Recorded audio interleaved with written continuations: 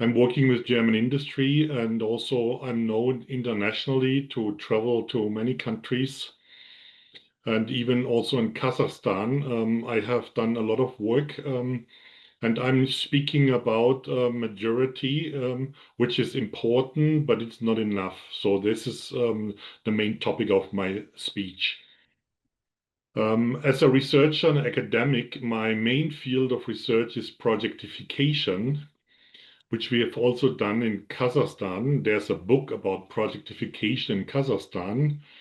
Now, here are some insights into what we do in Germany, because we do a lot of projects in industry for automation, digitalization, and even using AI in production, but also in any kind of manufacturing and R&D environment. As you know, we are switching from combustion engines to e-mobility solutions, and that sparks a lot of projects throughout our industry. And there are many other examples. I'm not going through all of them, which is also on the government level. May it be national or state or on the community level in the cities. They do increasingly projects, and this is why it's very important to look into the majority of these organizations doing projects. And this is how I'm supporting, especially in the Energiewende, which means thousands of projects are going on in Germany to switch from nuclear and coal towards renewable and many other forms of energy. And also the distribution of energy is done here through projects. So if you see that change going on in our countries, and I think Kazakhstan is in a similar situation, we also see a big evolution of what's project management, which started in the 1950s, as you know, mainly in the US, based on certain rationales. And at the beginning, project management was just seen as an execution discipline, so that we executed projects from an initialization stage to a closure stage. So this is why also very famously it was also talked about the iron triangle, about time, cost, and scope or quality. And now in the last decades, we are widening our perspective. So it's not just the execution. We look also more in the front end phase of projects.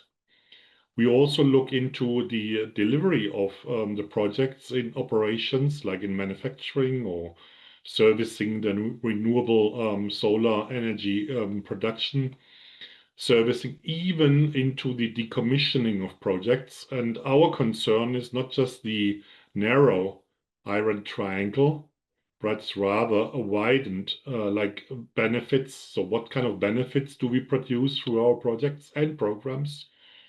What is the satisfaction of all the stakeholders involved in it? And basically also we look into the value. So you see there's an evolution in project management going on. This is why we also increasingly, like the speaker before me, also speaking about programs and portfolios and many other things.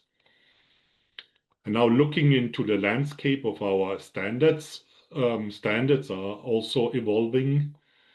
If you see on the upper side here, the PMBOK guide, now in the 8th edition, which in a few days will come out.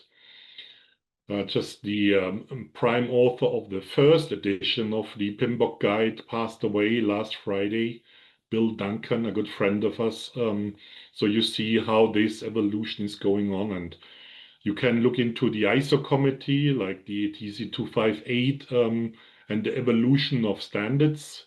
So we just worked on projects, project management, on program and portfolio, but now they are expanding into AI and requirements and many other standards. And also the same thing happens with IPMA. So from the ICB into OCB and many other standards. So you see there's an evolution of standards, the way we manage projects, programs, and portfolio. So we see it more from a holistic perspective. And this is why it's also important to look at this when we talk about maturity. So I was entitled to work in IPMA for the first IPMA Delta product. That's an assessment where we look into the maturity of organization, and we developed it in 2009 and did the first assessment also in that year. It was done in Ukraine. We looked into the shelter project of Chernobyl with the good friend of Sergei Bushuyev, who was presenting before here, and others. And it was very important, and it built on other majority models that were already existing. We started in Germany with German standards on project management and developed a PM Delta, which was one of the first assessment models in the 1990s. It was in parallel also developed with the project excellence model, which built on the European Foundation for Quality Management approach, the EFQM approach. And you see here on the lower side that the standards and the maturity models in the quality space were very instrumental, also using them in the project management area. And Harold Kurtzner, PMI developed OPM3, P3M3 in the British world. So there were many maturity models being developed in the late 1990s, also early 2000s. So you see a bit an evolution of that.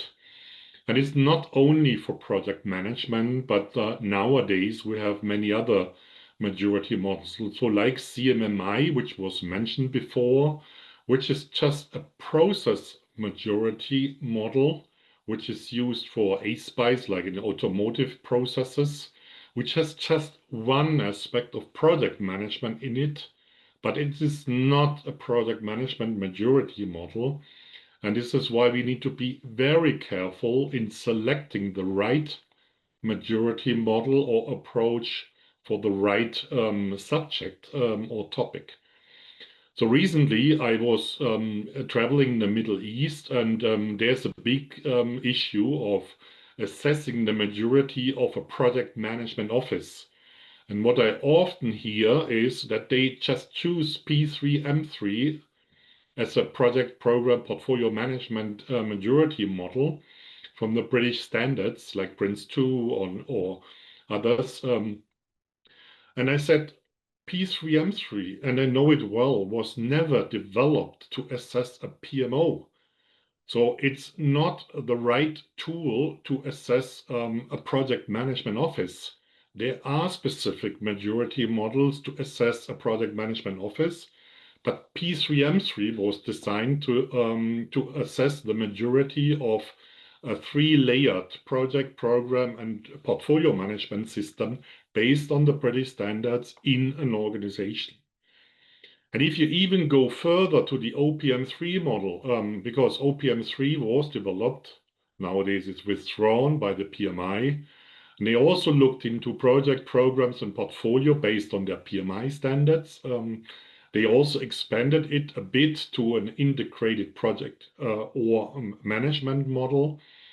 And we said in IPMA that's also not good enough, because if we look into the maturity of an organization, we also need to look into cultural aspects, structural aspects, strategy, and the impact that projects are dedicated to. And so it's very important that you carefully choose the right model looking into the project management maturity.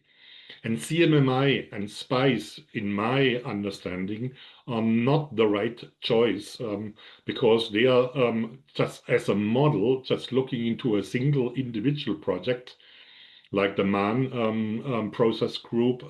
So if you have IT projects, it's more about the IT process and software development process majority, but not in the overall or holistic project management one. And this is very important that we understand the limitations of those models and really carefully choose one. Now, if you look into majority, we see there's a staging, like also the previous presenter showed in his model, the staging. So I think it's internationally recognized that we start typically with an initial state where no project management is in the organization embedded. So it's individuals that drive the performance of an organization. But if those individuals leave an organization, the organization will fall back into a very initial or rudimentary stage. The more you go for the second, we call it classes or maturity levels, then you have more standards, maybe not fully standards in place, and they are also applied. So it's not only that you have standards available, like in a handbook or any descriptions, but that you ensure also that those standards actually are applied in the project, because otherwise it's just theory that you have in your organization. And this is why an organization is already quite mature if they are standardized, which means it's standardized. You have everything what you need as a standard, but all these standards are used for the project in practice. And I think that's already a good maturity level that you see. And typically we see organizations, if you do it Delta assessments around this class 3 competence. Now, if now management is setting the standards of performance, which means KPIs, OKRs, whatever system you use, they also want to see the performance of project management.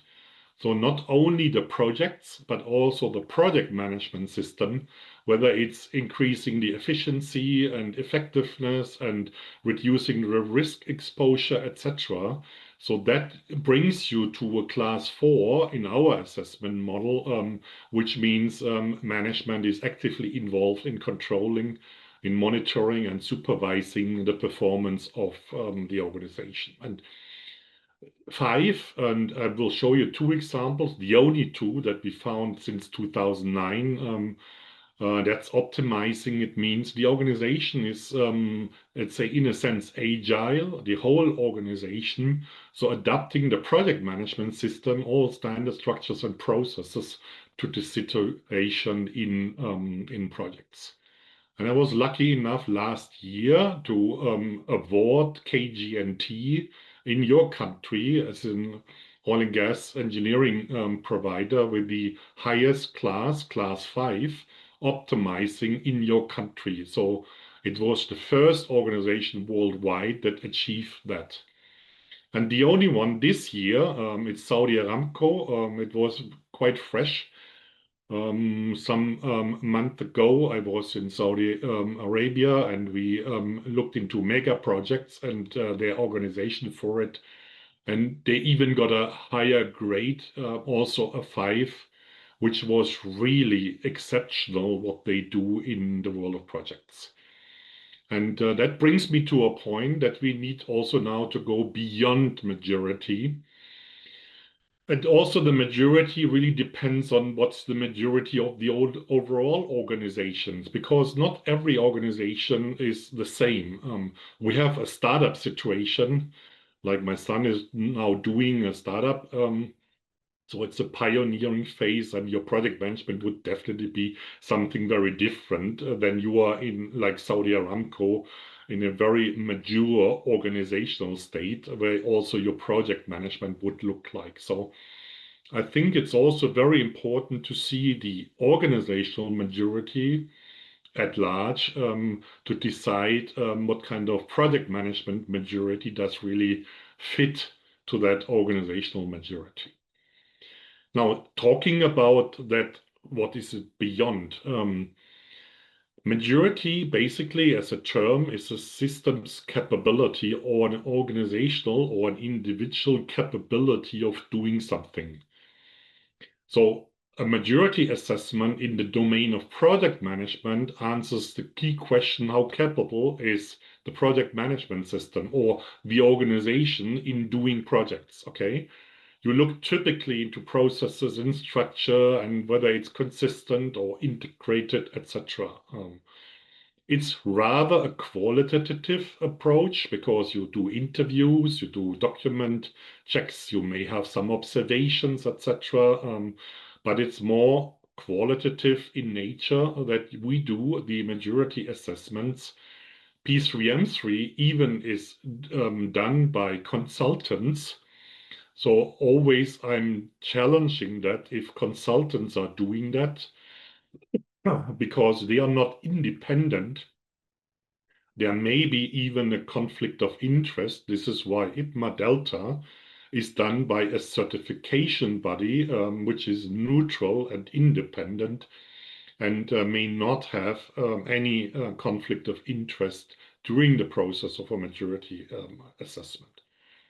Typically, they come up with a maturity level or a competence class, like we call it, and a roadmap for improvements. And impact is beyond of that, because always the question nowadays in this challenging economic situation, most of our organizations it's the question, what for?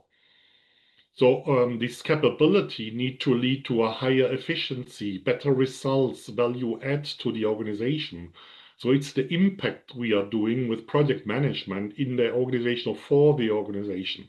So an impact assessment, like in the EFQM model, we are not only looking into the capabilities of an organization or the enablers, we are also looking into the results, the outcome, and this is why an impact assessment looks deeper into how many of those projects are reaching their milestones or in time, in budget, in quality, but also on a longer term perspective, what are the outcomes of the project? Do they increase the innovation? Do they increase the market share or reduce the risk exposure of that organization? So you see it's an assessment more in a quantitative way. It's looking into the return of investment into project management. And so it's a very different view and perspective. And I think that's what I hear from my clients, very big organizations around the world, but also especially in the German industry. They are more interested in this right side of the assessment, in the results, in the tangible benefits, than in a statement about a maturity or capability that the organization has, because if the capability does not materialize in tangible benefits, it's useless. And this is why in project management, we need to move from just maturity assessment to a combination of those. And I just mentioned the project excellence approach, which is already using that.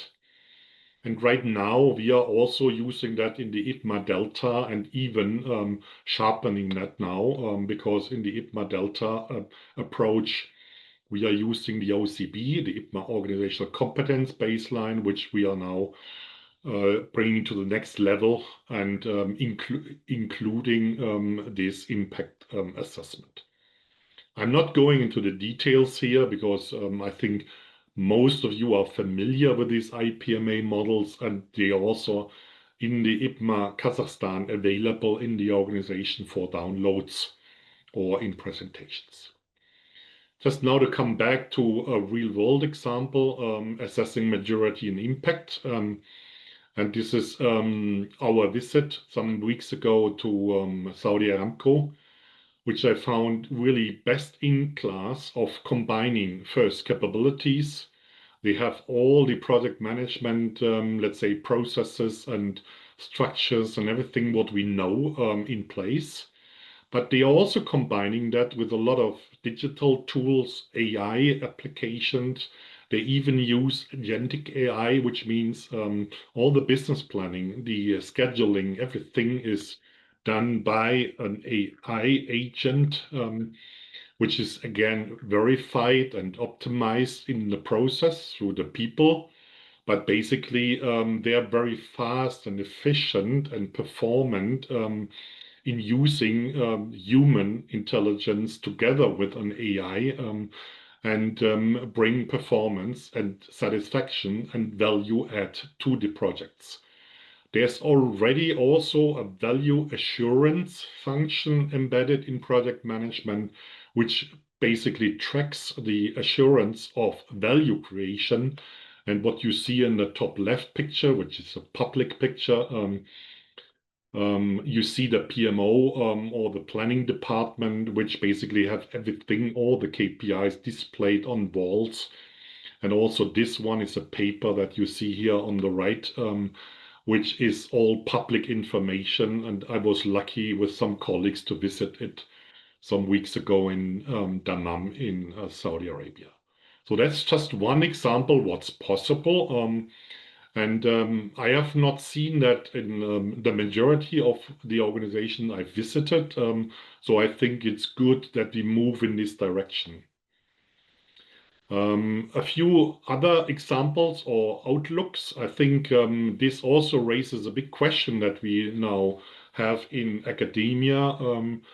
How do we bring an organization into this optimizing mode, in this highest level of maturity and impact? And I typically point to the dynamic capability model that David Tees and colleagues have developed over the years, which actually shows that an organization needs to always look for opportunities in the market and sense what's coming up technology-wise or in innovations, etc. And then seize that and transform that in possibilities for the organization. And this is where project management, portfolio management, and especially the PMO can play a forward-looking role and bringing those capabilities, developing those capabilities to the organization.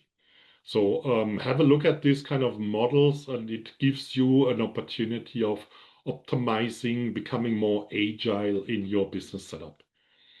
And here's another example how a maturity and impact models could look like. I'm engaged in the Association for International Project Management Officers, so it's a PMO association, and they have a very updated assessment model. And you see here also that's as focus on the PMO, how a maturity leveling could look like. And you see it's not just about the capability an organization is having, but it's the value add this PMO is giving to the organization in charge. And this is, I think, the direction we all together need to go. So my last slide is conclusions. Maturity project management is key, but the impact, I would argue, is much more crucial. And AI is giving us really a good enabler for that, looking also more in the tangible, in the quantitative side of what we are doing in this space of project management. So the growing numbers and complexity of projects really demand that we look into this topic of maturity and success. I think also the standards need to go in this direction and need to go in this way. And this is what I'm doing in the context of IPMA. And I see that at the moment, most of the PM maturity models are outdated, basically. And they urgently need to come up to the state of the art, also looking into the capability of AI, how we use that in the context of maturity models. And they actually also need to take the organizational maturity into account and consider those contextual factors much more to the betterment of that organization. And again, AI is a good basis for that to identify the performance, satisfaction, and other values. So thank you for your interest. And if you want to get in touch, you'll find my information on LinkedIn and other media. Thank you. Okay. And we got a question. Yeah. What common between the process systems and management systems? Yeah. And our participants say that they know, they understand about in general, but they want to know about in general aspects. Yeah. Да, вопрос у нас, что общего между процессом systems and management systems, о разнице разницы мы понимаем. Хотел бы послушать про общие аспекты. Yeah. Typically, a project management system is embedded in the integrated management system, like ISO 9000 or whatever system you have in place. Now the question is project management a leading or leadership process, a support process, or one of the core processes? And if you are a more mature organization doing a lot of projects, typically your positioning is that you are a leadership process. So project management is strategically positioned as a leadership process, and it means everything needs to be run by projects and project management. And this is also why the PMO and everything is positioned on a very high level. If you just do a few projects, then project management is just a support process in that integrated management system.